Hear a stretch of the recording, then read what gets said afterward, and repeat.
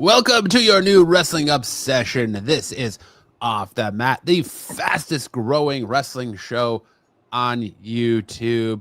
Hope you guys are having a great week. We're here tonight to talk to you about the fallout from Halloween Havoc and give you our predictions and all the winners, losers, and new champions to be crowned on this Saturday, November 1st, 2025, Saturday night main event. I am your host, Matt, and always with me, I have my boy Sticks, and of course, Dirty Dirt Sheet Dom Tober himself down there in the bottom. Boys, how are we doing tonight? Hope you guys are having a great Thursday night. Doing good. Looking forward to Saturday. Saturday night main event. Actually, it was a busy week for me. Had a lot going on, working a lot of overtime, and trying to catch up on back-to-back conventions. Cons and stuff like that. They were really busy. From one busy one to a slower pace Baltimore one, and then I had to cancel my Rhode Island Comic Con because just didn't fit in the cards. But there's some stuff coming up. But other than that, looking forward to Saturday for Saturday night main event. Go figure. You got 4 championship matches for Saturday night main event, and remember I was saying that no one ever changes hands on Saturday night main event. There could possibly be two freaking belt changes come. Well, we already don't know that one person's going to win a belt between CM Punk and Do we, though? Do we? I don't know. There's speculation running rampant out there that listen. We don't know anything. We don't know anything. It could be like what just happened with Dirty Dom with Penta and freaking Rusev. Grande Americano came in, interfered, and now it's a triple threat match. So it could be something like that going into Survivor Series. We don't know, but there is a possibility of changing hands, some belts. But we'll see. Yeah. We'll talk about that. And Halloween Havoc was actually pretty entertaining, man. Ethan Page. Yeah. Yep. My boy, man. I gotta, he's got to come up to the main roster, man. Got to come up to the main roster. But we'll see, because now they have another All-Star triple A All-Star Wrestling again. Him and Chelsea Green might be going for a mixed tag team. So we'll see. Yep. That's interesting to me. Yeah, it sounds interesting to me. But Matt, what's going on with you, buddy? I will be honest. My week of professional wrestling is very minimal. I was disappointed in Halloween Havoc. I was disappointed in Raw this week, and I was disappointed in NXT.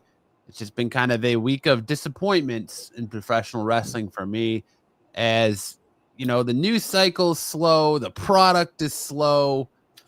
The quality of the product is down, which we've talked that to death for weeks. There's not a lot to be excited about in the world of professional wrestling right now. It's funny you say that. A friend of mine at work, who's a huge wrestling fan, said he might just take a break from wrestling for the next couple of weeks because he's not happy with the product either. I understand the pace and way things are going. A lot of people aren't happy. Look, we have a lot of injuries, man. A lot of injuries really cause a lot of disrupt in the product itself. And you're pulling stories out of your ass and trying to make things make sense. And I understand things are going to drag along a little bit longer than they should. NXT, most of the people should be called up already, because I don't know moving forward with some of the guys that are moving forward in storyline makes any sense. They won everything. Trick Williams. I know you're going to have another match with Ricky Saints, but come on, the guy has won everything. What else is him to do on freaking NXT? The only other thing is he could do is an I Quit match or a steel cage match, a Hell in a Cell match. But what's the point of calling him up? He's like we've said he's just going to get the Carmelo Hayes treatment. I know, but I know, but I think that they're going to start utilizing some of the wrestlers that don't get a lot of screen time and use them. Look, like I said, we talk about the 90s all the time with the Attitude Era, the late 90s, early 2000s, that they utilized everybody on their rosters to give them a spot to do something. And they're not doing that, Hey, look, how many times freaking what's his face? Aleister Black is going to fight what's his face? Damian Priest. Damian Priest. They're going to fight again. How many times Jey Uso fought freaking Gunther? You know what I'm saying? How many times did the Undertaker fought Stone Cold and the Rock fought Stone? It's the same. The story keeps coming back to the same point. And that's always been in wrestling. And like a lot of guys, like I think Carmelo Hayes is going to finally get some spotlight. Just put a belt on him already. He had that fantastic match with Sami Zayn. Have him try again against the. He's not over. He's not getting any traction. There's nothing there for Carmelo Hayes. Like, let's start off with that. I want to know what professional wrestling or professional wrestler is out there right now that is popular with people, but you just don't get. Who's over, but you just don't get it. I like Dirty Dom. People love him. I'm not like Dirty Dom, like the best. It's just, what else can you do with Dirty Dom? He's already been a Grand Slam champion without getting the championship belt. He's won tag team champions. He won the Intercontinental Championship. He won the U.S. Championship. Did he win that? He won that too as well, I think. No, he's never been a U.S. champion. Okay. But he's got the All-Star champ. But the fact is that he's kind of like a Grand Slam champ with the mix with AAA now. He has that belt and the Intercontinental Championship. But, he's the new version of Eddie Guerrero. Like all the wrestlers, what they're trying to build him to be. They're saying same thing with LA Knight, right. The new version of the Stone Cold and the Rock. Damian Priest, the new Undertaker. This is what they trying to get these characters to, these wrestlers to be what the old used to be. And like I said, some of the guys that are like, Jey Uso. The crowd loves him because of Yeet and hey, thanks, Dungeon Crawler. He's he's good, but I really don't get the fact why he's like. I think he's better as a tag team championship. Instead of going on his own, I don't think he's good on his own. A main eventer. I like him. I picked him in the Royal Rumble to win the Royal Rumble, this and that. But I'd rather see him, instead of him fighting his brother, I'd rather see him and his brother get the tag team. They need tag teams in Raw. You bring the Usos, one of the best tag teams that were around, put them back together again, and put gold back on them, and have them be the catalyst for the tag team championships on Raw.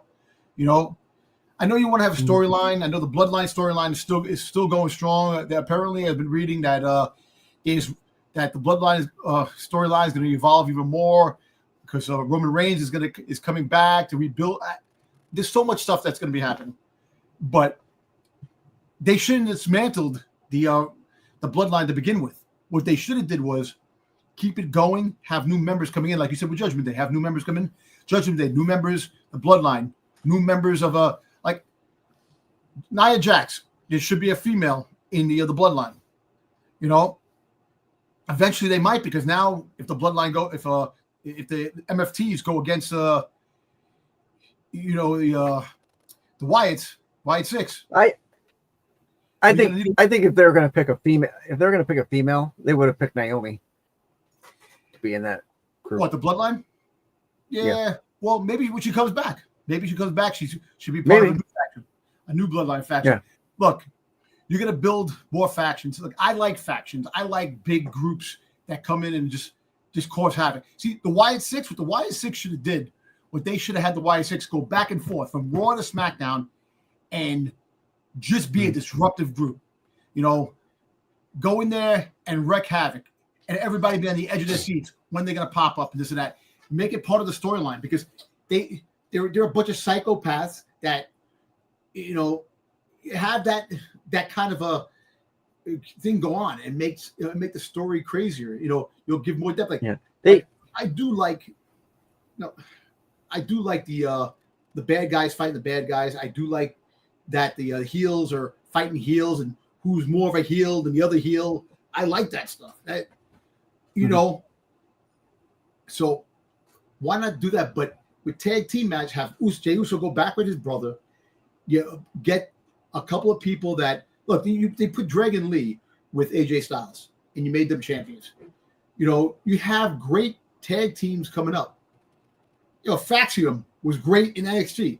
They come up to SmackDown, and now they're backstage friggin' commentators back there. They pop up. You know, look, if you're a tag team championship, tag team, you shouldn't be going individual for individual titles. Go for the tag team titles and have that. But I don't know. What do you think, Six? You tell me. I kind of agree with you a little bit. I mean, I don't mind that they go individually for titles, but if you're a tag team, you got to be able to, you know, like you say, at the end of the day, take care of the tag team division and be in the tag team division. Yeah. Yes, you want to get into like a battle royal for X title, whatever that may be. Sure, go ahead. Throw them in there for that. But, you know, when you're a tag team, that should be your main focus for the tag team division is that tag team championship. Now, the thing I thought of when you were talking was, you know, maybe we're talking like these divisions becoming like diluted, you know, like Raw and SmackDown, their tag team divisions are all so small. Maybe we need to combine them and have one tag team division, and not just Raw and SmackDown, you know, or SmackDown could be the tag team division. Raw would be your main roster, your singles competition. You can still have your females on either brand. I think if you're going to if you want to bolster that division, that might be what you have to do is put everyone onto one brand. Have that be your tag team brand. Because our tag teams, your tag teams are dwindling away. You keep breaking them up, or you keep putting them into Street Profits singles competition. Street Profits are on their way to Profits. be split up. But the whole fact that Montez Ford has been pinpointed as a singles competitor for a long time. That's what they put it in. But the whole fact is that if you break up a tag team, make sure you have another great tag team that is going to be involved, that's going to be there. If you break up a tag team, always keep pushing the other envelope with the tag teams. Yeah. Six didn't understand the assignment. Yeah. You know, I don't know. I want to know what wrestler is over that you think you just don't understand why. For me, a wrestler that's over that I don't understand is Joe Hendry. I get he's popular. Gimmick. I don't like his gimmick. I think his gimmick is stupid. I think WWE. I think his shtick is overplayed with how he does it. Pop it out of garbage cans. Pop it out. I think that's WWE's fault. Refrigerators. I think WWE ruined his gimmick. Maybe. Because he wasn't just popping in a trash cans and all that before he started appearing on WWE TV. You know what reminds me of? Remember the Wrestling All-Star cartoon when Mean Gene Okerlund used to pop out of everywhere? It's just Mean Gene Okerlund. Yeah. He came out of the clamshell. He came out of all that. Back in the 80s. That's what reminds me of that. He pops up everywhere. Right. Yeah. Now, I'll be honest, I don't watch TNA a lot. So maybe he might be a decent wrestler, but from what I'm seeing, I'm over him in this brand. He's not getting matches. He's getting shtick spots that aren't pushing him. You know what's funny? Funny you say that. He's not getting any. I got a feeling that since his contract is ending with TNA, shouldn't it have ended already?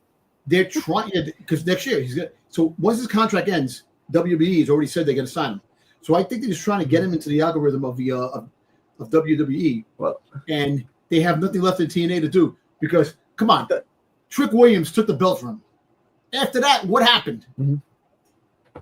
He's been going around nothing. He's been a referee. He's been in the background. So think about it. Like I don't. If you're trying to pick up his contract, what you're doing with him on TV right now in your product isn't working. When he does come in, to have him pushed to be something. If you're expecting people who have watched the TNA product and then have him come over, I think you're missing the boat because not everyone watches every product. A lot of people just watch WWE.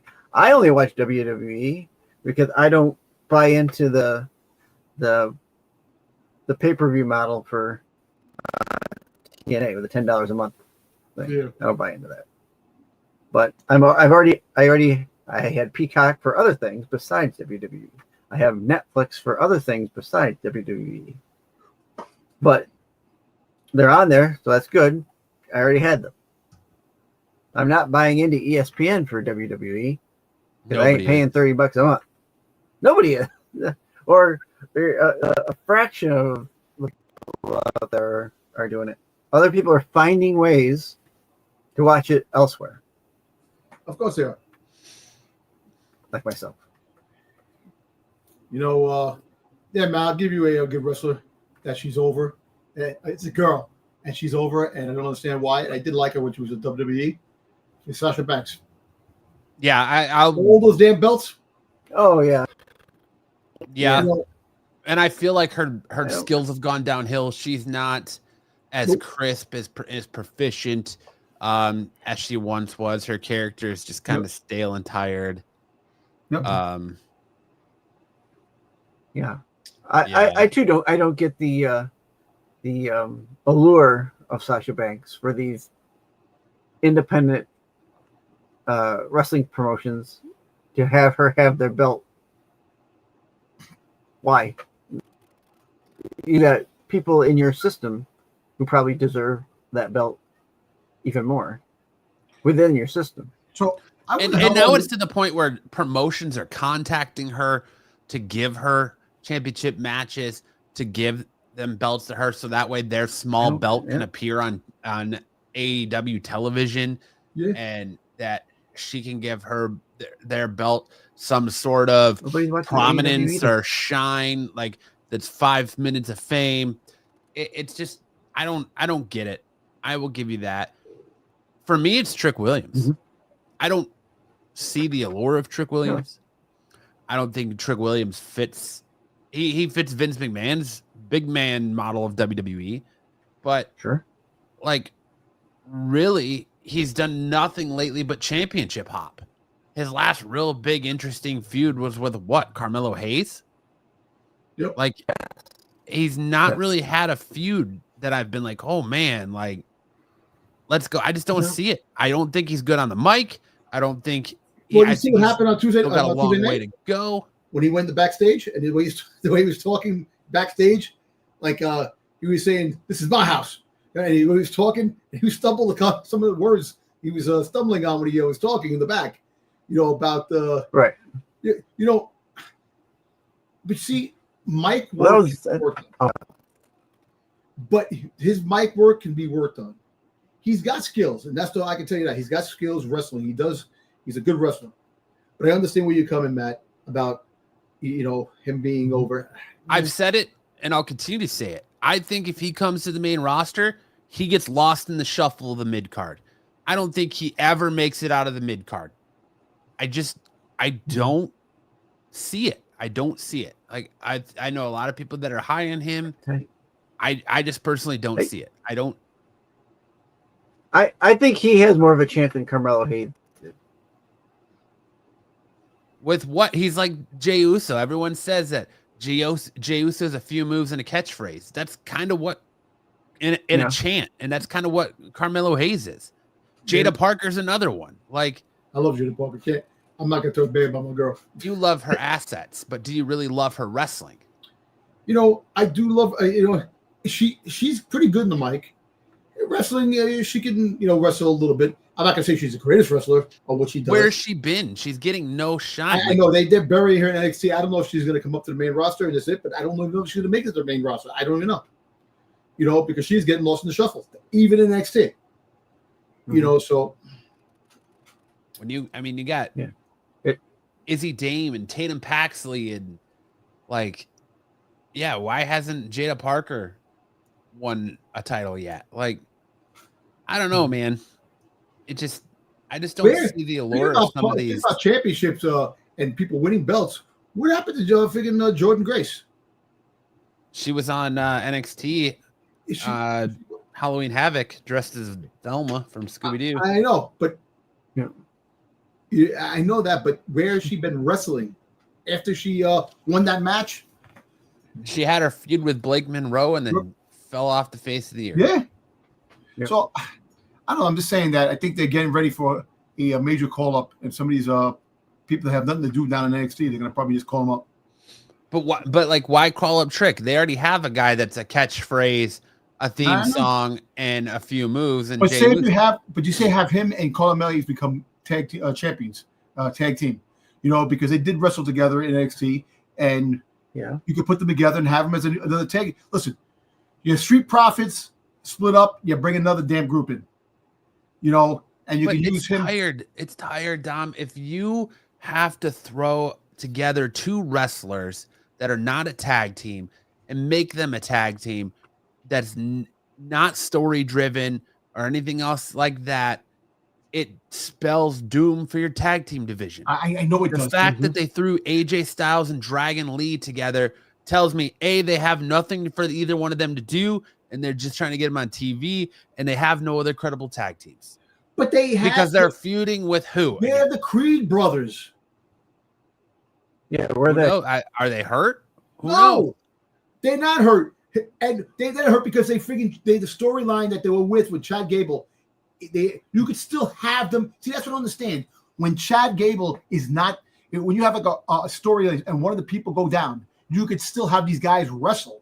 What is with the storyline? You could still have them in the story itself. You don't need the main guy to run the story. That's what I don't understand. The Creed brothers should be freaking fighting for the tag team champions. And you got another thing. You got freaking Grande Americanos, running around. Have them fight more for tag team championships. Instead of having them come out in suits and attacking it's ridiculous. They don't know where they have no storyline. They have no direction. They don't know what's going on. There's no rhyme for this. There's no reason God forbid, hopefully, even though we're going to get Jade Cargill versus Tiffany Stratton 4 at Saturday Night Main Event, I hope to God they're going to give Jade Cargill an option to get some sort of storyline off the mat tomorrow night before Saturday Night Main Event, because there's nothing there. They've got they had this heel turn character flip for Jade Cargill all of a sudden. And so hopefully there's something there. Well, listen, she went from Storm to Scar. Yeah, well, and remember, but scars make you become a big heel with a scar. So remember that. So I just want or a goatee. I don't know, man. I just don't. Like I said, I don't see it with Trick Williams, and maybe it's just me. I see it with Obafemi. I can understand Obafemi being so over, but I don't see it with Trick. What about you think Miles? You think Miles is a good wrestler? Miles Bourne? Yeah. I think he's Randy Orton light. He's Timu Randy Orton. He's getting a push, and he's growing on people, but to me, he's just kind of Timu Randy Orton. Yeah. Well, I like him. Where the hell has he been? I know he's coming out. They have no storyline for him. You got a main guy. You have no. I don't understand. There should be storylines. He keeps picking up the belt and looking at it and then disappearing. And it's like, really, come on, man. What is the WWE doing with somebody? And that's the problem. I don't know. You know, I don't think they know. They're more focused, I think, on what AEW is doing. They're more focused on trying to take signs away from fans. I don't know if you guys saw the guy who had the Page Come Home sign, and they took his sign away, so the next night he wore it on a T-shirt, so they couldn't take it away from him. Yep. And you know, they're more worried about other things than they are their product. And a lot of people, I've heard a lot of people say, you know what, your friend isn't the first person I've heard say, I think I'm going to walk away from the product for a few weeks because that's where we're at. Yeah. You know, and then it's throwing pay-per-views together. It's like, you got to do things. I understand. Look, John Cena, I know John Cena has last appearances. He should be out just talking. You got to have him come back. You know, he's got 3 left. A Raw on the 10th, I think it is, of November. Then Raw on the 17th, which they're already the Raw on the 10th, the Raw on the 17th, which they're already pushing as John Cena's last Raw, and then Survivor Series and Saturday Night Main Event. So maybe it's 4, but I just the Cena dude, I don't even know where to begin with this. I'm so frustrated. I'm going to be honest. I am so frustrated with the state of professional wrestling right now. You know, on all accounts. It's so frustrating that we have to come here every week, and we do this because we love the show. We love professional wrestling. But to come here every week and talk about the same things because nothing changes. Yeah. Road Dogg, I swear to God, he's just throwing shit at the wall to see if it sticks over on SmackDown. Well, listen, but the AI thing, they talk about the AI thing, that's going to be even worse. So, well, look, who knows? But you've got rid of a talent in Cross and Scarlett, only to give his gimmick to Aleister Black and Zelina Vega. Yeah. Verbatim, that gimmick. Why? Why? Because they work for less money? Why? You know, we got Bayley and Lyra Valkyria. You took Bayley out to bring back Becky Lynch, and now 6 months later, we're doing Lyra Valkyria and Bayley for the tag team titles. In a match that, my God, Lyra, at this point, I think needs to go back to NXT because her hair, she can't even get out of the way of her own hairdo. I got freaking stuck on the jacket. It got stuck on Alexa Bliss's t-shirt. Jacket. Yeah. Bayley, I started off liking this Bayley kind of unhinged gimmick, but it got stale real fast. So now, listen. So wait.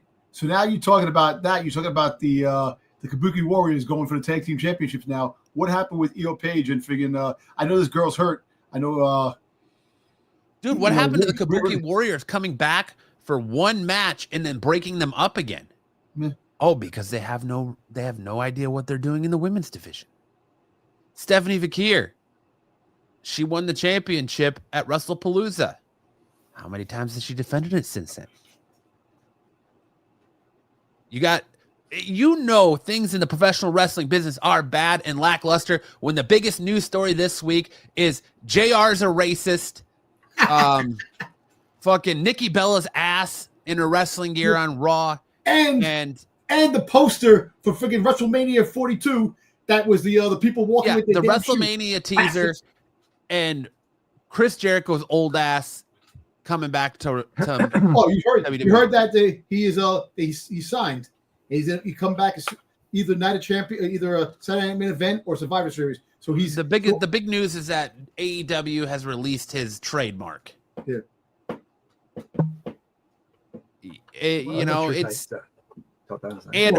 Sorry, don't forget Andrade and AEW pretty much trying to erase Andrade ever being there. Yep. Where's the fire this product had?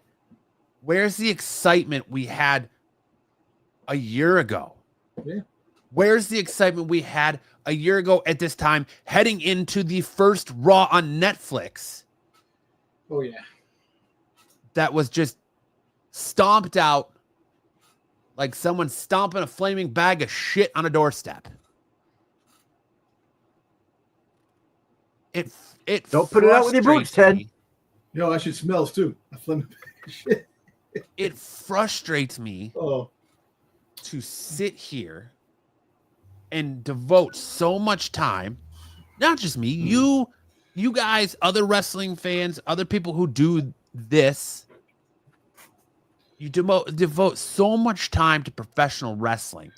And we do this because we care. We love the business. Of course, it's something to be told to shut up, don't talk about it, don't give us your opinions. We don't care. But we're the ones sitting here telling you that there's a problem. But because you can still sit there and shell out, charge $3,600 for fucking tickets to a nosebleed tickets to a Royal Rumble or a WrestleMania or this, that, and the other thing, yep. It doesn't faze you. Yeah. I've become so frustrated with the same old shit we get on Raw every week. Yeah, Dungeon. Triple H, TKO is actually running the show. With Triple H being the front man for Story. That's who's running WWE now. But it's been a shit show with the whole story with Triple H and TKO. Corporate. See, go back to corporate again. Corporate ruins every friggin' thing. At least there. When Vince was there, we keep going back to Vince.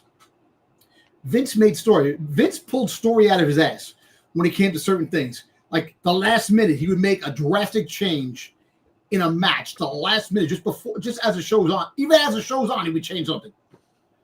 Yeah. But at least, paying $20. Yeah, you're not gonna pay $20 anymore for that. Yes, ECW, 100%. 100% Dungeon Crawler, ECW all the way. But you have Booker T actually showing passion at Halloween Havoc, throwing his headset when Ricky Saints won the title over Trick Williams. And then he turns around and apologizes. Why? Why are you apologizing for that? Get people fired up. Yeah. Give something. Give us a reason to want to come back. You started to with the heel turn on Seth Rollins from the Bronze, but then we come to Raw. Everybody's tuning into that following Raw to see what's going to happen. It's the most talked about thing for a week. And you took a dog shit, you sprinkled some glitter on it, and you said, here you go. Here's Jey Uso versus CM Punk again. Two guys that don't need a belt. It just, I'm sorry to go on this rant, but like it's just been building and building and building. I know, and listen, all week. I know. Look, when I watch you talk in the chat about things that come up, when Pete chimes in and he puts something in the chat, and then you answer, and it's just like one-liners. I know you're upset with the product because I know when you're excited, you write these long-ass things. But sometimes you write a long-ass chat when you're upset too. But I can see that. I know the last couple of weeks, it's been rough. I understand that. Look, it's in entertainment alone, it's been rough with a lot of different things. Wrestling, yes. We all love wrestling. We all tune in every Monday, every Tuesday, every Wednesday, sometimes for AEW Collision. Or even we tune in to TNA when we get a chance. When I remember when that damn thing's on, I can't remember when it's on, but also SmackDown. We tune in and watch, and you want to see something big happen. And every week they have something else going on. Like SmackDown last week was pretty good. It was a pretty good SmackDown. Was it great? No, but They had some. Anderson Black came out for the U.S. title. I thought he was actually going to win it. I was like, oh shit, they put this guy on 1 week. He's going to defend it against Anderson Black, lose it. I wanted to see that. That would have been big for TV that he lost the belt. The first week he got it, lost it. And then he has to start chasing it again. You know, that didn't happen because, again, the 5th time, Damian Priest versus Anderson Black, probably Survivor Series. We're going to get the final match between them or something like that. You know, a steel cage or something, Hell in a Cell. That's what he's aiming for. But I understand it. There's just, right now, there are too many people hurt. That is the reason why the product isn't good right now. But then why are we paying these part-timers like Roman Reigns who just come and go? Brock Lesnar, if you read the internet, Brock Lesnar couldn't even be trouble to show up to shoot a promo for WrestleMania. Apparently they used AI from what everyone's saying. I don't know. I haven't looked into that. Don't quote me, no facts here, but from what everyone's saying on the line, the promo for WrestleMania, that's AI Brock Lesnar. It's not even really Brock Lesnar. And that's the thing. But he does look different. He does look different. I understand. See, that's the thing. You're right. Why are we paying this much money for the stuff when all these people are hurt? And because right now, we're at this time right now where it sucks. Like, Saturday Night Main Event is going to have to be spectacular for the people to really reward. It can't be a subpar show this week coming up. There's got to be some major changes. And if you notice, the last couple of weeks, there's been major changes with the belts, with storyline, and direction. So maybe we will be getting something that things will look different. You know, and I understand, and Matt, and I know that you're mad. Hey, look, I don't want to see freaking Jey win again. I would love to see Dominic or Finn Balor. I want to see Finn Balor back in the top of the game. This is what I did on Raw on Monday night. When we saw the confrontation between the Judgment Day and AJ Styles and Dragon Lee, I literally stood up from my couch and said, "Are we fucking doing this again?" As loud as I could. And my wife thought I was yelling at one of my kids. I was like, no, I'm yelling at the TV because I'm tired of the same thing. I was like, are we really running this back? Yeah. Why? What happened to the New Day? Where'd they go? Why are we getting, where's the Viking Raiders? Yeah. Why are we getting Judgment Day versus AJ Styles? What happened to the no rematch stuff? You know, why? Because we have nobody. Tag team champions and tag team freaking teams are non-existent on Raw. They have to keep using the same guys. That's why Sticks, you know, you talked about it, always talked about it. Keep the freaking thing together.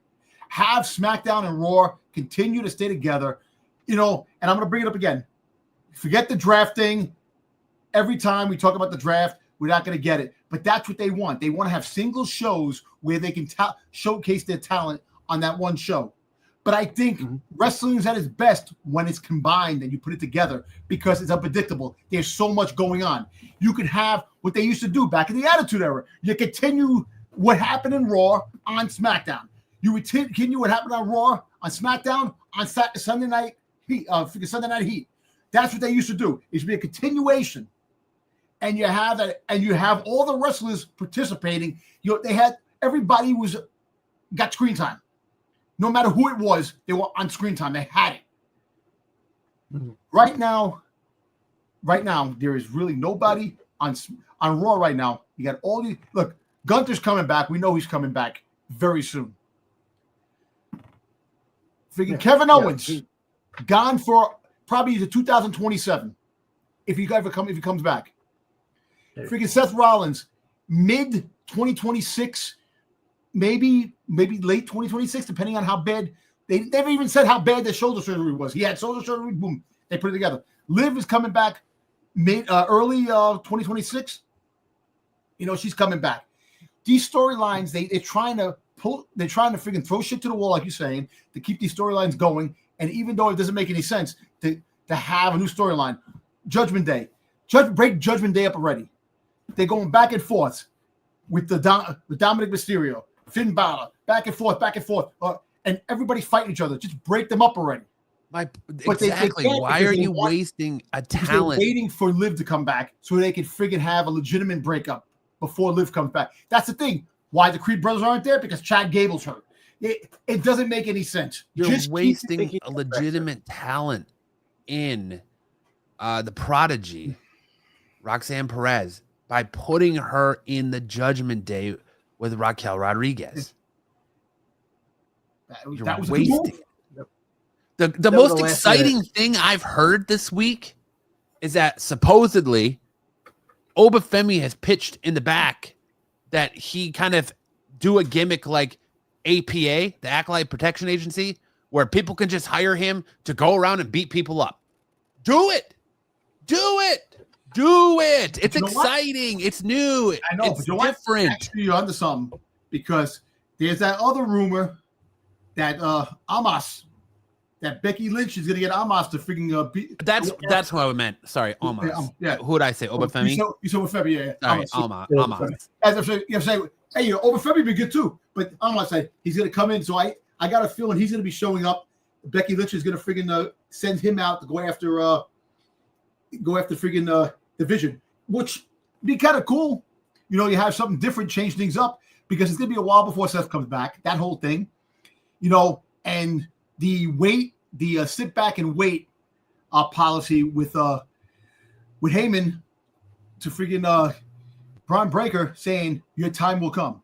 So just build up that momentum. And what's funny?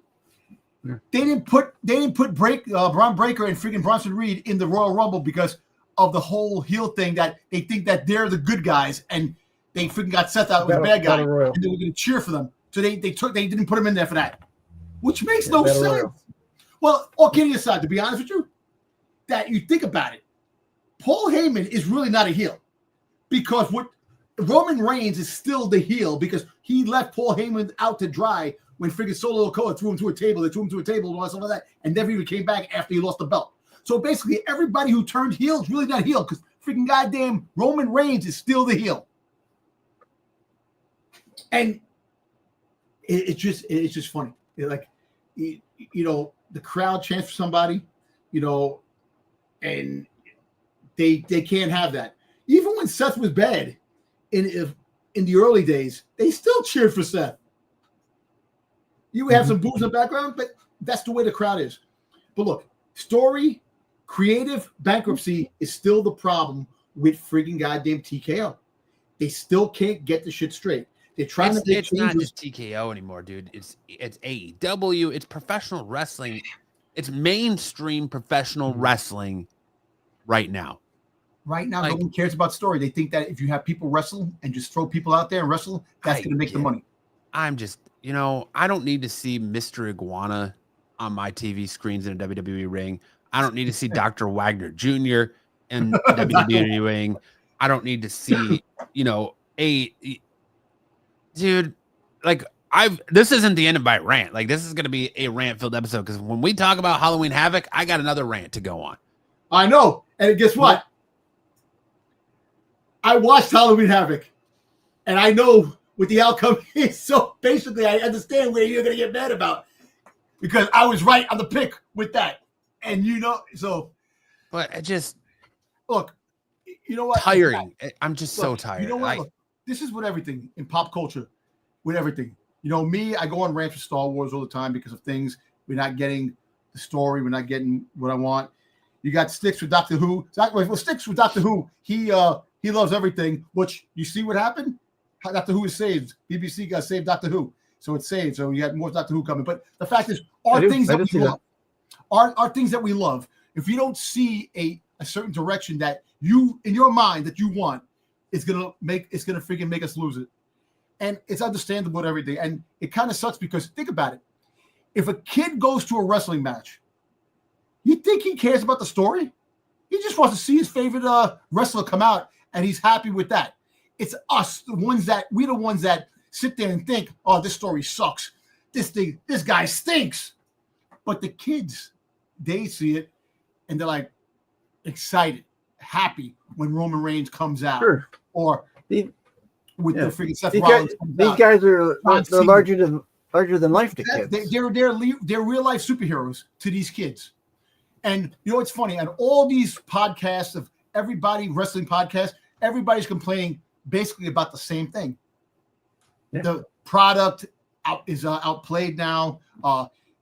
The creative creative bankruptcy. That story sucks. Everybody's hurt. Everybody's hurt, and that's another reason why story fatigue is there because everybody's hurt. Sorry to interrupt, but everybody's hurt. Yes, make new stars. I know. Why are they so afraid to make new stars? Why are they so afraid to put the belt on somebody new to the point that we are getting Jey Uso versus CM Punk, which nobody asked for? Nobody wanted Jey Uso, and I love Jey Uso. But I don't want him in the title picture. I don't want Punk there. He was in the title picture a lot, and like I said, it's been the same guy since WrestleMania. LA Knight, CM Punk, Jey Uso. That's another dude that I wish he would get something. You know, it's unfortunate that he's just a mid-carder and he's not going to win, like you said, he's not going to win the championship. And after Justice for Big Jim. And after losing the Braun Breaker, he's getting buried. He must have pissed somebody off in the back because obviously he's not getting the what he has to do to be a winner. And you know. And they play it safe. Gunther comes back. They're gonna put the belt back on Gunther, a championship belt. They want Gunther to be a champion, and that's another thing. You know, you play it safe with these guys that want the belt. Play it. Give us something that we never seen coming. That somebody wins the championship out of the blue, and it's like, holy shit, never saw that coming. That when we do our predictions, that oh yeah, definitely this guy's winning, and all of a sudden the underdog wins. That would shock the hell out of us. And then we have something to talk about. Holy shit, I can't believe that happened. WWE doesn't want to do that, which I don't understand. You're right. New friggin' champions, new stars. They're very afraid of doing things. And the stars that actually should be stars, they're burying. You know, you got Finn Balor. And I keep saying, Finn Balor was a champion, Universal Champion, one day. Had to give it up because his shoulder got hurt. And like I said, when Seth Rollins hurt his shoulder, storyline, if Finn Balor come out and go, how's it feel, Seth? How's it feel to lose the thing you love? That could have been played into that story right there. They didn't use that story. And you could have had the Vision fight. They could have fought freaking Judgment Day or beat the shit out of Judgment Day. And then AJ Styles and Dragon Lee would have had to wait, and then they would have said, you know what? Now it's the number one contender match. Whoever wins that match fights Judgment Day for the belts. Of course, Vision wins. They go and they win the belts. Put the belts on friggin' Vision. Give them the belts for a little bit. But I understand AJ Styles friggin' can't win the friggin' Intercontinental Championship because now they'll probably give it to Cena when he fights Dirty Dom. And that happens because I don't think Dirty Dom's going to lose the belt against these guys this week. And you know it's bad when you have one of the most exciting things in professional wrestling this week is two mediums crossing. When you have a comic book where Batman hits a police officer with a one-winged angel, yes, and you have Kenny Omega coming out saying, "I am Batman." Yep. Like, dude, like, I just tired of. At this point, I would love to see Logan Paul come out of nowhere and just win the World Heavyweight Championship for no reason. Wait, listen. I actually was going to say, when we will talk about that later on in the show with the Logan Paul. But also in Transformers, there was a wrestling move in Transformers too. I think Optimus Prime hit Soundwave with a spine buster or something like that. I know everybody likes Drew McIntyre, but why are we doing Drew McIntyre Cody again? That's the thing. Why? Look, this is a thing. Because they have no creative thing. They no story. You have no story for Cody. You're the champion. Everybody should be gunning for you. They do though. They have a story for Cody. It's fucking Randy Orton. I know. Pull the trigger already. Pull the trigger. You know, right there, and they still are waiting for that. I don't know why they're waiting for that. Because you know what they're going to pull the trigger with that, and people aren't going to care. Because you should have pulled the trigger when they least expected it, like him hitting him with the freaking RKO out of nowhere when you least expect it. Because they know the story's dragging. Because once that story happens, people know that Randy Orton is going to friggin' turn heel. Or maybe we get a Cody turn heel.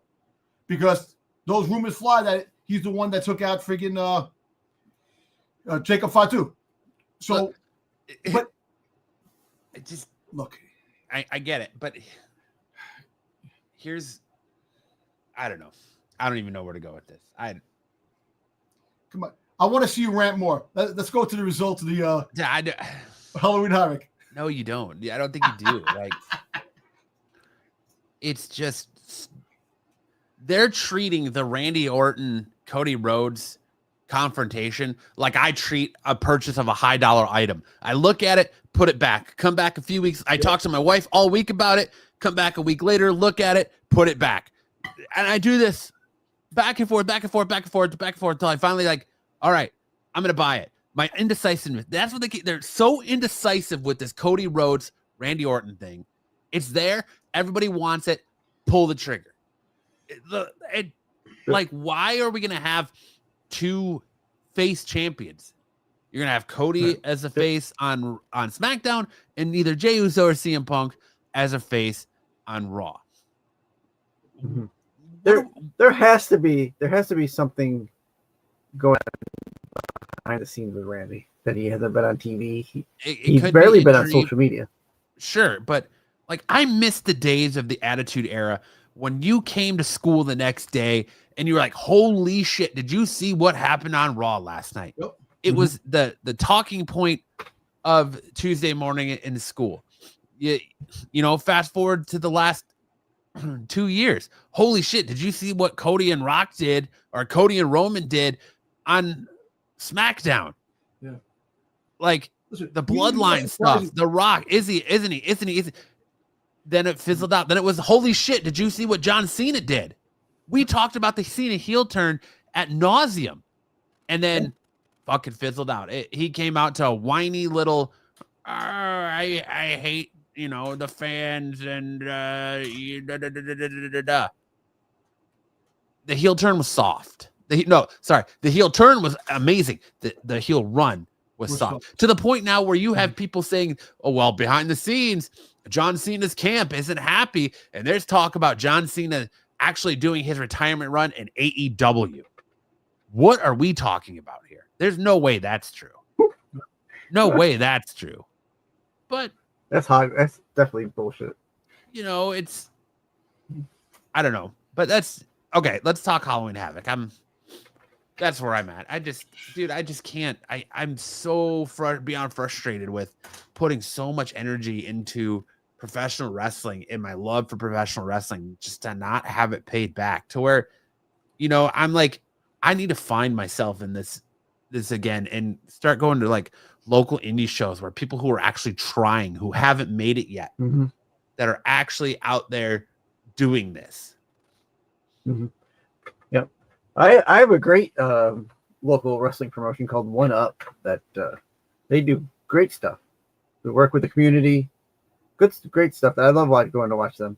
We have a really good indie professional wrestling scene here in Arizona too. That a lot of top stars have come through and still continue to. So I think Matt Cardona was just here a few months ago. I think so. So, right. But yeah, let's talk about Halloween Havoc. Nobody wants. All right, here's the results show for Halloween Havoc. It took place at Prescott, Arizona.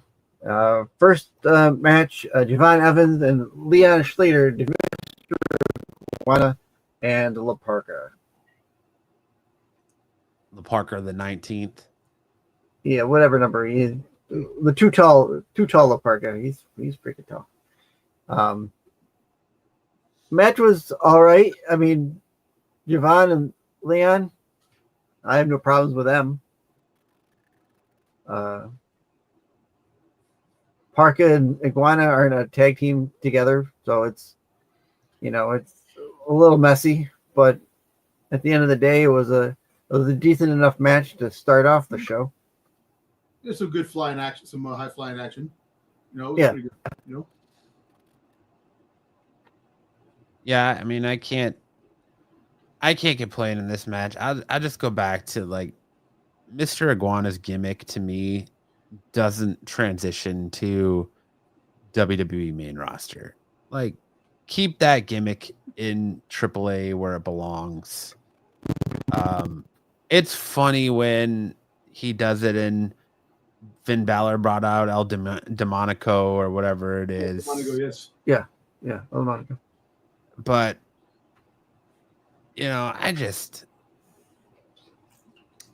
I don't know, man. I'm not a big. I don't get Mr. Iguana. I don't get the appeal behind Mr. Iguana behind using puppets.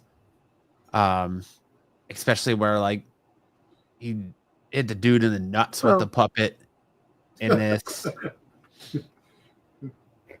And it's just that's where I'm gonna he kind of like a light Mankind when Mankind would have Mr. Sacco, and he'd pull out Mr. Sacco to use it toward the end of the match or whatever, or during the match. But I feel like Mr. Sacco was a gimmick. It was much better than the Iguana because he used Mr. Sacco in a lot of ways. Mr. Sacco was an original gimmick. Yes. We're here. It's not to us. It's not as original because we've seen that kind of thing before. Someone else just who maybe never saw Mankind or Mr. Sacco, it's kind of new. It's kind of good to them because it's the little kids. But like Al Snow did it better with his mannequin head. Mick Foley did it better. Headley or whatever. Mr. Sacco. Here's a recreation of everything, With, R-Truth did it better with the little Jimmy. Little Jimmy. And where the hell has R-Truth been? Doing TikTok videos with Tiffany Stratton. R-Truth is going on he's on a tour doing he was just in Binghamton, New York here. He did a country album. Yeah, dude, that's what it was. A country album. Wrote a country album. Yeah. People are trying to make money outside the wrestling thing because they're not getting the thing. I'm still pissed off with the Karrion Kross and Scarlett thing. I think WWE is a bunch of idiots for letting them go. Yeah. But I do like Javon Evans and Leon Slater. I think they could be an incredible tag team. They could be. Telling you, hey, listen, I want to see your vision with friggin' this dude, Von Evans versus Logan Paul. I think it'd be a great match. That'd be a great match. I think it'd be spectacular. Absolutely. All right. The crazy part is knowing that, if Logan Paul was in NXT, he would probably hands down be NXT champion right now. With what he's done, and he's a spot fest and all that, but still, he's dedicated and willing to do it. I just think he doesn't get the talent he deserves. Like I said, I'd be 100% all right if he showed up on Saturday Night Main Event, somehow weasel his way into the title scene and beat both CM Punk, and I'm a huge CM Punk fan, beat both CM Punk and Jey Uso for that title. At least it's somebody different. Yeah. All right. Up next, the North American Championship match. Ethan Page retained over Hijo de Dr. Wagner. You see his Day of the Dead match. His face paint was inspired by Darby Allin. That he wore the half face mask. Yeah. So. I like this. I thought this was the best match of the night. Yeah. Hands down. It was the strongest I agree. match. Ethan Page winning was the right choice. Yep. It was nice. I thought they put on one hell of a match. I can see him coming up. I can see him coming up to the main roster and saying, "Hey, I'm the first to win a Day of the Dead match. Has anybody ever won those matches before?" Right. Hey. No. Again, I thought it was just a little too long, but it was a spectacular match for the night. So, I would love to see Ethan Page. I think Ethan Page maybe not necessarily a call up, but like invading the main roster. Just have him show up and answer like Ilya Dragunov's Intercontinental Championship, or not Intercontinental, United States Championship challenge. Yeah. Just show up being like, my star is so big, NXT can't contain it. Listen, you can have him show up on Raw. You can have him show up on Raw. Like after this whole Dominic thing, go after Dominic, because remember, he was in the 4-way match in the AAA with Dominic, and try to go for the Intercontinental Championship and have that. Imagine him winning. Imagine him becoming a new. If they Judgment Day, they throw Dom out, they take him. You know. Yeah. Hey, you know, like I said, I don't know if they'll do it because they're talking more about going to SmackDown, but who knows? Like I said, you don't know what the future holds, but he's got to be in the main roster sometime in the near future.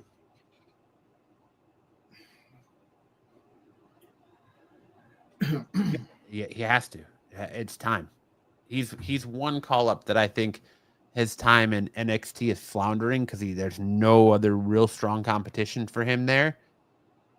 Other than Ricky Saints, it's time for him to come up. I think the thing holding these people back from getting called up is WWE is afraid they're not going to have the talent in NXT to keep it at a high level. I mean, not that the level is that right now is and great, but the other, now that you have, think about it. They just signed. NXT just signed 5 international stars. Mm-hmm. So you one dude from Japan, right? You have some talent that's coming up eventually that's going to go there. Look, Ethan Page you need to run risk of making them sink in NXT after they're at an all-time high. That's when you bring them up. That their stock is so high right now, you bring them up. Ricky Saints stays in NXT for a little bit longer because he's a champion. You bring Ethan Page up. You bring you bring freaking the Ruger up. You bring up freaking what's his face? She was dating Damien Priest. What's her name? Lola Vice. Lola Vice. You bring Lola Vice up. You bring Jordan Grace up. You bring them up. Even though they didn't win champions down there, they're still good. They can make the main roster. You can build up your mid cards by adding these people, adding these guys and these girls to the roster. You build up the mid cards. That's what you want. The mid cards. Let me tell you, all kidding aside, yes, the title picture, U.S. Championship. I mean the United States, the World Championship and the Universal Championship are great champions. You have people come up slowly to fight them, but it's the mid card who makes wrestling exciting. You build those up, and you bring these guys in and these girls for the mid cards. The issue they have, though, Dom, and we've said it before, they don't have the spot for them because they keep using the same people over and over. But you make the spots for them.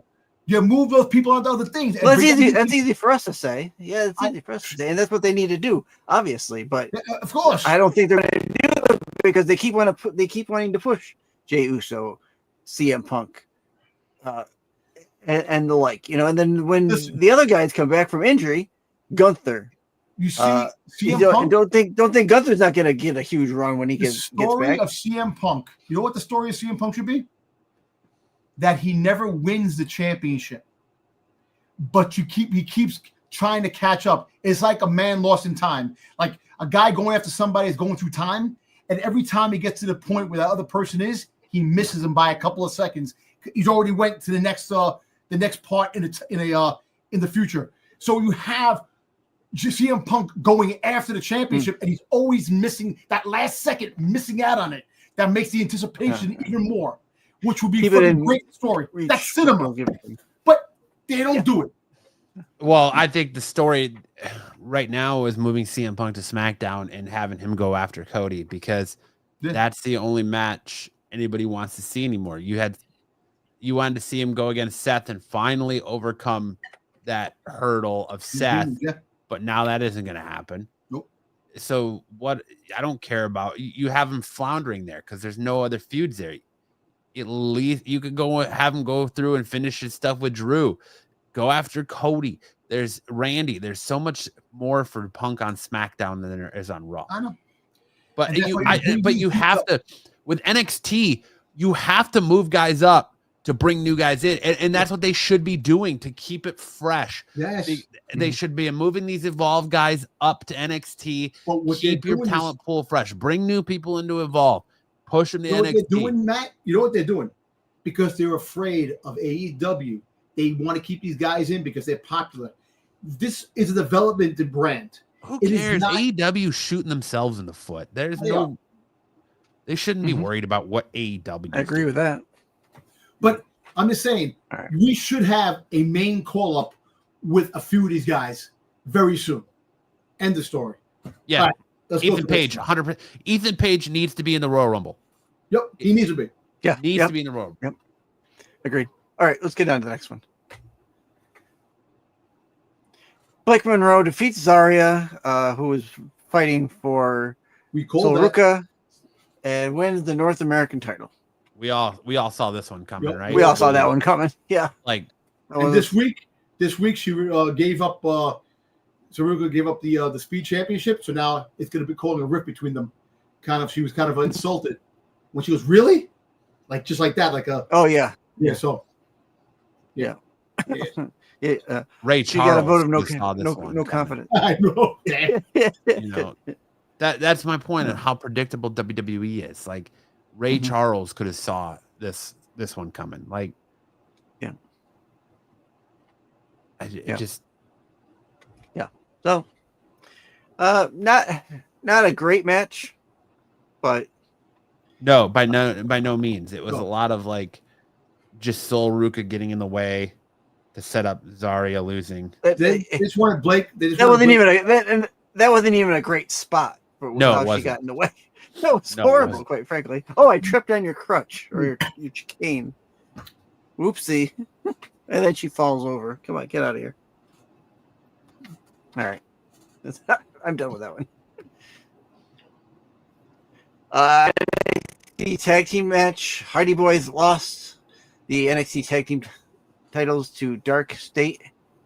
Here's what I'm going to say about this. I should have, and I always say this about Dark State, their numbers are too much for people. I should have seen all You four should of them listen being to involved me, in that match. Sticks. You should have listened to I know. me. I should have listened to you.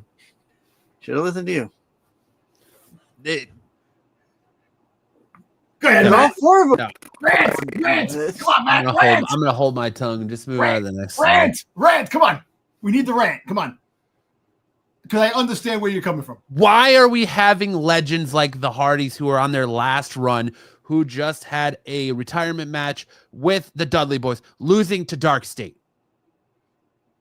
Why are they losing to Timu Shield? You did it. You gave them tables, ladders, and chairs, essentially. Jeff Hardy crashing through tables. Dark State, I don't get it. I don't see it. I don't care. They're literally the Timu Shield. Like, I think if you wanted to take the tag team titles off of the Hardys, Mhm. Javon Evans Yep. and the dude from TNA are a much better Yep. choice. Slater. Agree. They're a much better choice. You could have had them go against Javon Evans and Slater at Gold Rush, which, by the way, I saw the advertisement for NXT Gold Rush, a 2-week event. I looked around and I said, when the fuck did TNA get so many titles that they can have a title defense 2 weeks in a row? They can have a Gold Rush event and defend titles for a 2-hour program for 2 weeks. Yeah. Sure. Oh, you must be having some TNA titles in there. Must be. Dude, NXT, if you really break it down, the NXT product is so weak that the only thing keeping it afloat is TNA. It's not where WWE fans think that it's, oh, well, TNA is in so much trouble, they need NXT to float. No. It's the other way around. TNA needs WWE, or, WWE needs TNA. Right. You don't want to make some of your stars relevant with your own title. No. You need to make them relevant with another brand's title. Right. Kalani Jordan. In the business world, they call that outsourcing. Yeah. Outsourcing talent to come in and fight for their titles, or bring their titles in and re-fight for their titles. You have, it was right there. I would have pulled that trigger 9 times out of 10. Mm-hmm. There's no way you have the legends like the Hardys come back for one more run in WWE where you're not even paying them. They're on the TNA payroll. And you have them drop the titles after one title defense that wasn't even a WWE event. Nope. It was a TNA event. So you had them win the titles and then lose the titles in their first defense on a WWE event. Why? Why? No. That's the same. I've always been a Jeff Hardy fan, and if it was up to me, Jeff Hardy would come back to WWE for one more singles main roster run, and I would put that World Heavyweight Championship on him in a blink of an eye. You know what? You might see him. Maybe he might be part of the Wyatt Six against the MFDs. You had, and the best part about this match is Jeff Hardy coming out with his Bray Wyatt tribute. Yeah, with his Fiend face. Yes. So you might get the Hardy Boys being part of the Wyatt Six against the MFDs. That might be the reason why they lost the belts. But because you might bring them up. You might bring them to the main Survivor Series. I know what you're saying. Look, we don't know what the Survivor Series, the whole thing's going to be when it comes to the War Games thing. But if it is, I hope somebody does. If the MFTs are in the War Games against the Wyatt Six, Wyatt Six needs 2 people, because I think Uncle Howdy's hurt, and you can't have.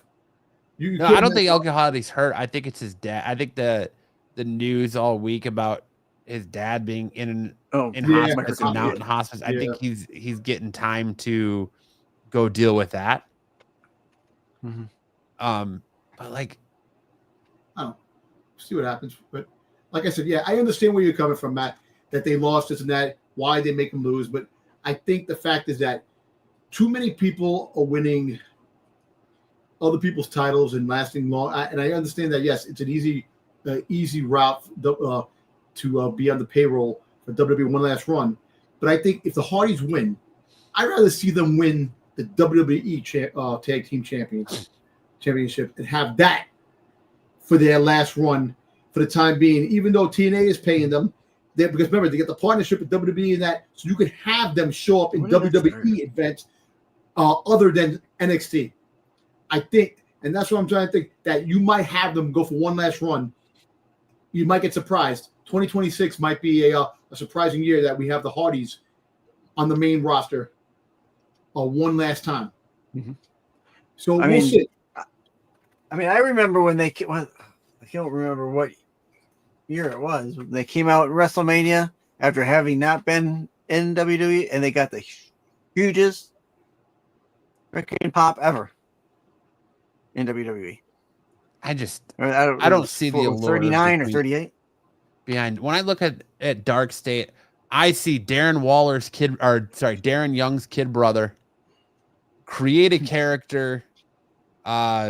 Damian Priest there in the beginning. Corbin in the skull mask and the bandana on his head. He looks like Corbin from the Tax Show. Yeah. And just some random guy back there. I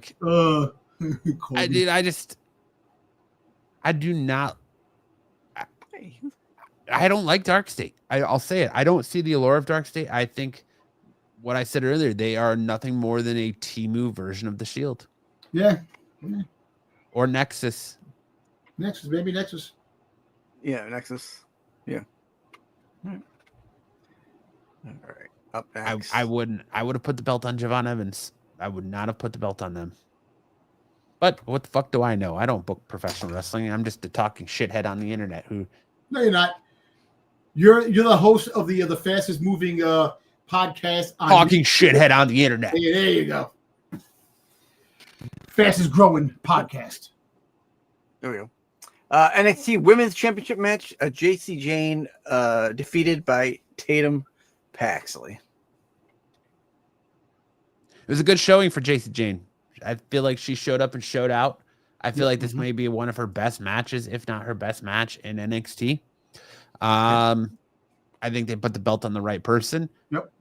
I'm a little confused, and I thought the trigger pull or ass pull of Izzy Dame about to hit her with the belt. That was a little off. It was a little off. odd, and the culling just standing there watching it happen. But slow play, I guess. Yeah. And now WWE is like so creatively starved that now we have another champion doing an open challenge because Sami Zayn, then Ilya Dragunov isn't enough. Now you have to have Tatum Paxley doing an open challenge where this one's different because she spins a little wheel like playing Price is Right. Hey, she spins the wheel like we have in Renovision in Baltimore. Yay! Oh yeah, here we go. This is my next challenger. Cool. Yeah. You know what? It's not creative. It's not freaking goddamn revolutionary. It's something. It gives a little kick to a point like, who's she gonna fight? The same thing with the open challenge for the U.S. Championship. I think that's pretty cool. You have to fight. That's a fighting champion. Every day you fight. Every week you're gonna fight somebody new, which is kind of cool. Give it more than 3 days. Have her have the championship for at least a couple weeks, and then start doing it, or a week at least. She won it on Saturday, and Tuesday they got her spinning the wheel of fish to see who's gonna fight next. I actually like that. I like that she came out and she wants to be a fighting champion and she wants to play and she wants to defend that belt. I like that she came out swinging, unlike Judgment Day, who holds their titles for months without defending. I don't even want to say her name at this point, and I like her a lot. And Julia holding that Women's United States Championship hostage and not defending it. Like, I like that they have her coming out. And let me ask you a question: do we have Julia becoming good because freaking she got an ass whipped by freaking Jay Cargill, and or she could still be a heel and heel versus heel? We always have that too. Now that's going on, but the whole fact is that maybe we'll have Julia trying to go for the championship belt down the future. Who knows? But I agree. I think it was a good move putting JC Jane was a good interim champion. I agree putting the title on Tatum Paxley. And she's got a different look. She's got that goth look. She doesn't look like she's not blonde and done up. She reminds me a lot of a young Paige. Yeah. So good on Tatum Paxley, man. I hope they give her a good run and it's not just over in the blink of an eye. And you said it last week or the week before that JC Jane kind of came in.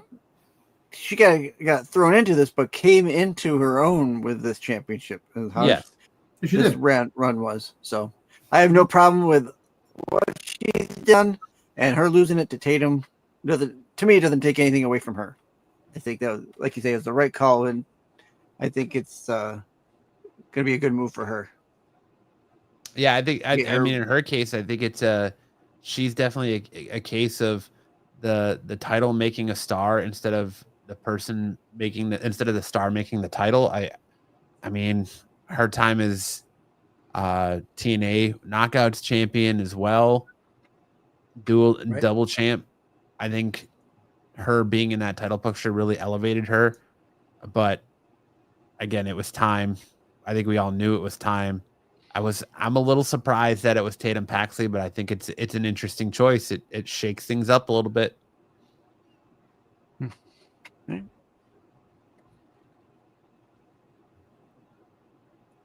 NXT Championship match: Ricky Saints defeated Trick Williams And I love the chant that the crowd gave him this week. Trick got whooped. Yep. Trick got whooped. And he went off on a tantrum on Tuesday.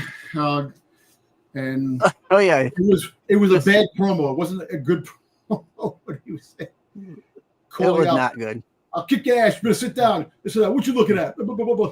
He followed Jey Uso's terrible promo from Monday night. And I know, yeah, that's true too. You can't put Jey Uso in the ring promo for promo with CM Punk because CM Punk's running circles around him. So you can't put LA Knight against CM Punk. CM Punk figured run circles on LA Knight too. Yeah. I don't know, man. Yeah. But yeah, it was a good match. Ricky Saints is definitely gonna hold on to that championship for a while, unless they have other plans for him. I think there's only maybe 2 people that can go, 3 people that can go promo for promo with Punk, mic for mic with Punk. Rock. Okay, 4 people that can go promo to promo, mic for mic with CM Punk, and 3 of them aren't even in the WWE. Well, listen. One of them's retired in The Rock. I think Enzo Amore. Oh yeah, Ezra Moore, yeah. And Yeah. MJF, we saw it in AEW, and The Miz. Like that's it. Well, I think McIntyre can go one-on-one with the McIntyre is good. Sometimes I feel like they have to dumb down Punk's promos when he's in when they're with McIntyre. I mean, some guys do promos good every once in a while, like McIntyre. Seth Rollins Punk does them good every time. That's what you need, someone who does promos good every time. So. Punk just does such a good job of blurring the lines between real life and make believe and what he has you question what's real and what's not. It's just so good. I don't know. He's not one of those guys that has to come out and a promo's in trouble when the first thing they're gonna do is come out and insert random sports team insult here, to the crowd. And oh yeah, I know Punk does that too, but I don't know. Yeah, cheap heat. It's just cheap heat. All right, here's your points breakdown. Matt had 50 points. Nothing from P-Dub. I only had 40. I got 2 wrong. And Dom ran the table this week. And took your Halloween Havoc belt. He did. Good on Dom because of Dark State. Thank you. Yeah. Yep. There's no sticks math. There's no trickery. There's no nothing. I called it straight down the line. You're like 67 years old. You're 67 years old. Yeah, no. I love happy birthday, LA Knight, by the way. Happy birthday, belated birthday to LA Knight. Yep. LA Knight's got a birthday tomorrow. It's gonna be 87 years old. Birthday. Yep. That was great. That was. I'm gonna say on the whole, Halloween Havoc is a solid B for me. It can get better. It can get better, but I think what we got was all right. A solid C. I mean, C? outside of the little bit of excitement in the Javon Evans match, the Ethan Page match. I thought there was. I thought half the matches were kind of good. Hit the highlights a little bit. Yeah, but I'll give it a B minus. Mm-hmm. That's fair. I don't know. I wasn't high going. I really didn't have a lot of interest going into Halloween Havoc. So much so that my buddy tried to get me to go, and I was like, I'm not spending $50, even though tickets were only $50. I'm not spending $50 to go see that show. I don't really care enough. And I don't regret not doing it because I just didn't really care for that card. But yeah, I don't rightly blame you. I guess. I mean, On paper, it's not the best card, but to me, I think they did good with what they had. I'll tell you what. I can tell you Go this: ahead, Dom. Halloween Havoc is better than a couple of the shows that SmackDown and Raw put on. I can tell you that. Yes, You know? I'll agree. And that's to say a lot. Hey, look, for the star power, for the star power that NXT has compared to what Raw and SmackDown has, and for them to have a better, slightly better show than the main big shows, that's telling you something. And on top of that, even Raw and SmackDown being so is still beating AEW, which is kind of crazy. Which, so it's telling you something there too. Wow. So as long as they're beating their competition, the storylines, the shows don't have to be spectacular, and that's the problem. When you fall into that and you start doing that, it becomes a consistent thing, a constant, because now you're like, why do we have to put all this creative stuff into it? We're winning just on the sake of name brand alone and just putting wrestlers here and there. Look, you're right. The biggest story was Nikki Bella, her booty out, saying, look at this woman. How does Cena freaking leave her? And all these stuff like that. You go, girl, type of shit that she is going to turn heel on freaking Stephanie Fakir. You've seen it all. Do it, girl. But anyway. You just do all of it. It's just something that they need to look at and evaluate and really put in perspective. Listen, the brand is stagnant right now because, like I said, you have about 10 guys or girls are out, star power, that actually are big, legit stars that actually bring in asses and seats because they're their favorite wrestlers. So with that, what you should do is, knowing that, the star power's out, you make new stars, but at the same time, you ease the price off of some of the friggin' tickets for the people to go see them. And the only way you could build up new stars is by having asses and seats.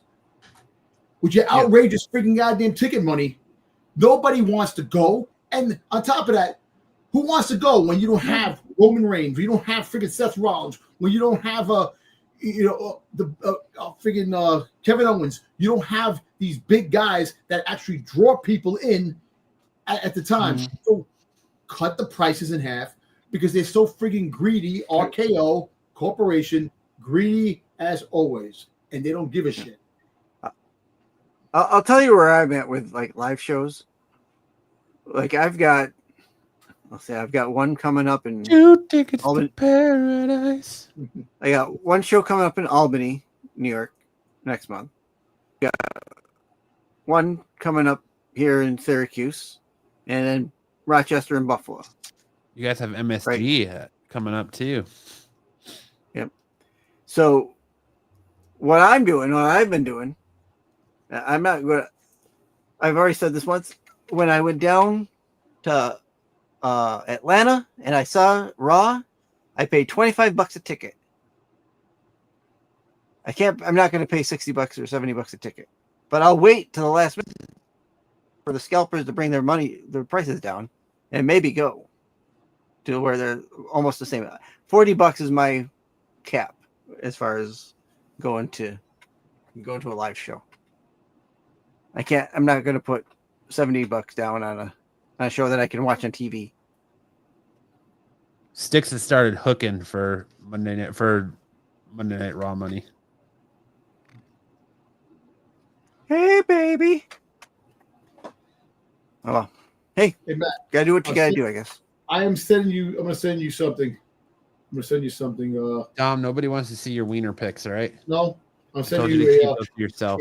a picture, an AI picture of Sabrina Carpenter as a Power Ranger. There you go. Nobody.